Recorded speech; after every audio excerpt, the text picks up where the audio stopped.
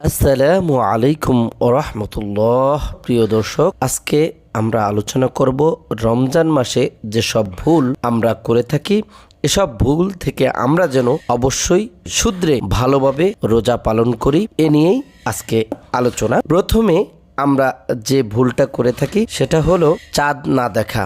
আমরা চাঁদ দেখাটা একদমই ভুলে যাই। 2 নাম্বারটা হচ্ছে খাবার অতিরিক্ত খাওয়া, যেমন আমরা অনেকেই বেশি খেয়ে নেই যে সারাদিন কিভাবে রোজা রাখবো। নাম্বার 2, খাবার দাবার বেশি করে কিনে রাখা, রমজান আসার আগেই বেশি বেশি অনেক কিছু কিনে রাখা যাতে করে বাজারের দাম মূল্য বৃদ্ধি পায়, এটা আমরা যেন না করি। 4 নম্বরে সেহরির নিয়ত করা আমাদের একটি ভুল।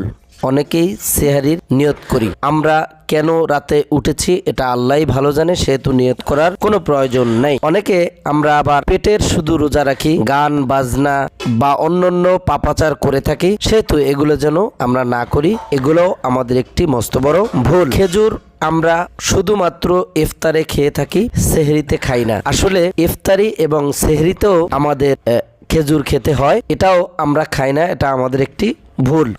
অনেকে রোজা রাখার ফলে বারবার থুতু আসে আর থুতু বারবার বাহিরে ফেলে দেয়, এটাও একটি ভুল। কারণ আপনি থুতু বারবার যদি ফেলে দেন সেক্ষেত্রে আপনার গলা শুকিয়ে সমস্যা হতে পারে। আরেকটি হচ্ছে ভোর রাতে আমরা সেহরি খেতে উঠে অবশ্যই আল্লাহর কাছে দোয়া যেন করি, অনেকেই আমরা এই দোয়া করি না। এবং তারাবি নামাজ দ্রুত গতিতে পড়া বা তাড়াতাড়ি করে পড়া। আরেকটি হলো 4 রাকাত পর পর আমরা অনেকেই একটি দোয়া পড়ি, সুবহানাজিল মুলকি, এই দোয়া পড়াও আমাদের জন্য ভুল।